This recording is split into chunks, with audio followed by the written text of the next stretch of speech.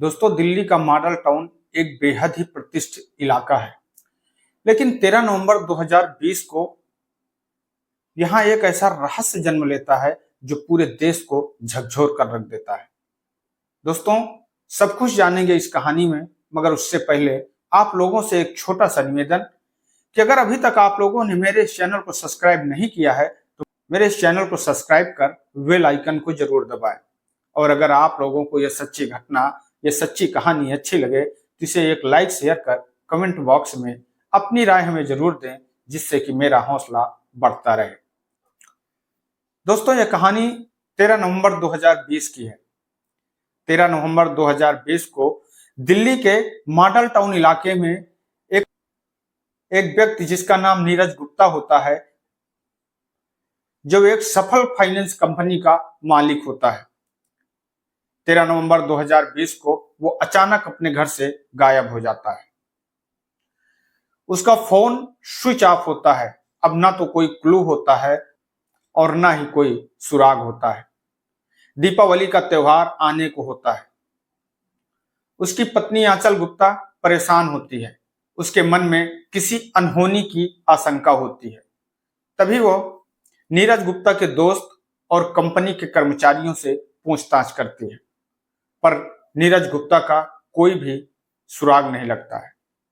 तब वो नीरज गुप्ता के सबसे खास दोस्त मनदीप मित्तल के पास में जाती है और पूरी बात मनदीप मित्तल को बताती है। गुप्ता का दोस्त मनदीप मित्तल वो उससे वादा करता है कि वो अपने दोस्त और उसके पति नीरज गुप्ता को एक न एक दिन ढूंढकर जरूर लाएगा। इधर समय निकलता जाता है। 14 से 15 और 16 से 17 नवंबर हो जाता है, लेकिन नीरज का कोई सुराग नहीं लगता। और एक ऐसा नाम सामने लेकर के आती है कि यह पूरा घटनाक्रम एक नाटकीय मोड़ ले लेता है। नाम था फैजल पठान। दोस्तों, फैजल पठान वो लड़की जो करीब 10 साल पहले नीरज गुप्ता की कंपनी में नौकरी के लिए आती है। नीरज गुप्ता जैसे ही उसके काम को देखता है, उसके काम से प्रभावित होकर के उसे तुरंत नौकरी पर रख लेता है। अब फैजल पठान और नीरज गुप्ता के बीच में काफी अच्छे संबंध हो जाते हैं, पर यह संबंध केवल ऑफिस तक ही नहीं होते हैं। यह संबंध धीरे धीरे एक खतरनाक प्यार की ओर बढ़ने लगते हैं। दोस्तों, नीरज गुप्ता जो शादीशुदा होता है, वो फैजल की प्यार में पूरी तरह से दीवाना हो जाता है। उसने अपने घर की परवाह किए बगैर, अपनी पत्नी, अपने बच्चों की परवाह किए बगैर फैजल को अपनी जिंदगी में शामिल कर लेता है। लेकिन दोस्तों, चीजें हमेशा वैसी नहीं होती जैसी दिखती हैं। इधर जो फैजल पठान की माँ होती है, शहीन नाज, उसको फैजल की शादी की चिंता होने लगती है। और एक दिन वो अपनी बेटी फैजल पठान को समझाती है और उससे कहती है कि अब उसे एक स्थायी जिंदगी जीना चाहिए। शहीन ने एक लड़के जुबैर का रिश्ता फैजल पठान के लिए तय कर देती है। जुबैर रेलवे पेंट्री में काम करता था और शहीन को यह रिश्ता बहुत ज्यादा पसंद था। और जब यह बात फैजल नीरज को बताती है कि उसकी शादी तय हो गई है, तो फैजल यह सुन करके आग बबूला हो जाता है और वो फैजल पठान को धमकी देता है कि वो उसकी शादी नहीं होने देगा और वो उसकी शादी किसी भी हालत में रोक देगा। और दोस्तों, यही वो लम्हा था जहां से यह कहानी एक काले अंधेरे मोड़ की तरफ बढ़ने लगती है। दरअसल दोस्तों, 13 अक्टूबर को नीरज गुप्ता फैजल के घर पहुंच जाता है और वो फैजल के घर फैजल की मां शहीन नाज से बात करने के लिए जाता है, क्योंकि वो इस शादी को रुकवाना चाहता था। पर यह बात वहां साधारण बात तक ही नहीं रहती। आवेश आवेश में ये बातें बहुत ज्यादा बढ़ जाती हैं।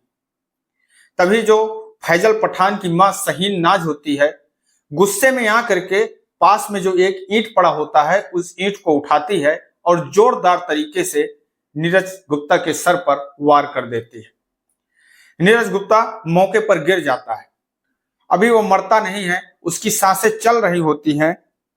तभी जो जुबैर होता है वो दौड़ता हुआ किचन की ओर जाता है और किचन से चाकू उठा करके लाता है और कई लगातार चाकू से लगातार कई बार वो नीरज गुप्ता के ऊपर कर देता है। फैजल पठान, जो अभी तक एक बेबस लाचार बनी हुई खड़ी थी, वो अचानक इस खेल का एक हिस्सा बन जाती है और वो भी एक राड उठाती है और राड उठा करके लगातार नीरज के सर पर ताबड़तोड़ वार करने लगती है। नीरज की सांसें जल्द ही सन्नाटे में बदल जाती हैं। अब दोस्तों, उन लोगों के सामने एक नई चुनौती खड़ी थी कि इस लाश को ठिकाने कैसे लगाया जाए। तभी जो जुबैर की नौकरी होती है वो अब उन लोगों के लिए काम आती है। वो तीनों मिल करके एक भयानक योजना बनाते हैं। दोस्तों, नीरज गुप्ता के शव को काटा जाता है और फिर उसको एक सूटकेस में भर करके उस सूटकेस को एक कार में रख करके दिल्ली के निजामुद्दीन रेलवे स्टेशन ले जाया जाता है। दोस्तों, राजधानी एक्सप्रेस जो गोवा जा रही थी, उस ट्रेन में जुबैर उससे सूटकेस को लेकर के अपने साथ ट्रेन में चढ़ जाता है। ट्रेन एक स्टेशन पर पहुंचती है, जुबैर की धड़कनें तेज हो जाती हैं, पर उसे कोई नहीं मिलता है। हर गुजरते इंसान को देख करके उसकी सांसें थम सी जाती हैं और जब ट्रेन बड़ोदरा के पास पहुंचती है तो जुबैर उस सूटकेस को उठा करके ट्रेन से नीचे फेंक देता है। 14 नवंबर को जब कुछ लोगों की नजर में वो सूटकेस पड़ता है और उस सूटकेस को खोल करके देखा जाता है तो उस सूटकेस का नजारा देख करके जितने लोग होते हैं उनकी रूह कांप जाती है। तुरंत पुलिस को सूचना दी जाती है और 14 नवंबर को ही स्थानीय पुलिस मौके पर पहुंच जाती है। तुरंत दिल्ली पुलिस को सूचना दी जाती है, पर तब तक दिल्ली पुलिस इस केस को उतनी गंभीरता से नहीं लेती है। लेकिन जैसे ही नीरज गुप्ता की पत्नी आंचल गुप्ता फैजल पठान का नाम लेती है, पुलिस तुरंत सक्रिय हो जाती है। फैजल को हिरासत में लिया जाता है और फैजल से पूछताछ की जाती है। पहले तो फैजल पुलिस को गुमराह करती है और पुलिस को गुमराह करने की कोशिश करती है, मगर जब पुलिस सख्ती से फैजल के साथ में पूछताछ करती है तो फैजल टूट जाती है और वो सारा सच कबूल कर लेती है और जल्द ही शहीन नायक और जुबैर का नाम भी सामने आ जाता है। दोस्तों, पुलिस तीनों को गिरफ्तार कर लेती है और उसके बाद में जल्द ही यह खबर दिल्ली से लेकर के गुजरात तक यह खबर जंगल में आग की तरह फैल जाती है। यह एक ऐसा अपराध था जिसने सिर्फ एक जिंदगी खत्म नहीं की, बल्कि 3 और जिंदगियों को सलाखों के पीछे भेज देता है। आज भी जब इस केस का जिक्र होता है तो लोग सिहर उठते हैं। यह सिर्फ एक मर्डर केस नहीं था, यह एक चेतावनी थी कि जब रिश्ते झूठ और धोखे की बुनियाद पर बनते हैं तो उनका अंत हमेशा विनाशकारी होता है। तो इस घटनाक्रम को सुनाने का उद्देश्य किसी को ठेस पहुंचाना नहीं है, किसी को दुख पहुंचाना नहीं है, बल्कि आप लोगों को सजग करना है, सतर्क करना है। मैं आपका दोस्त सागर पटेल इन्हीं शब्दों के साथ में आपसे विदा लेते हैं। कल फिर मिलेंगे किसी एक नई कहानी के साथ में, किसी एक नई सच्ची घटना के साथ में। तब तक के लिए नमस्कार, जय हिंद, जय भारत।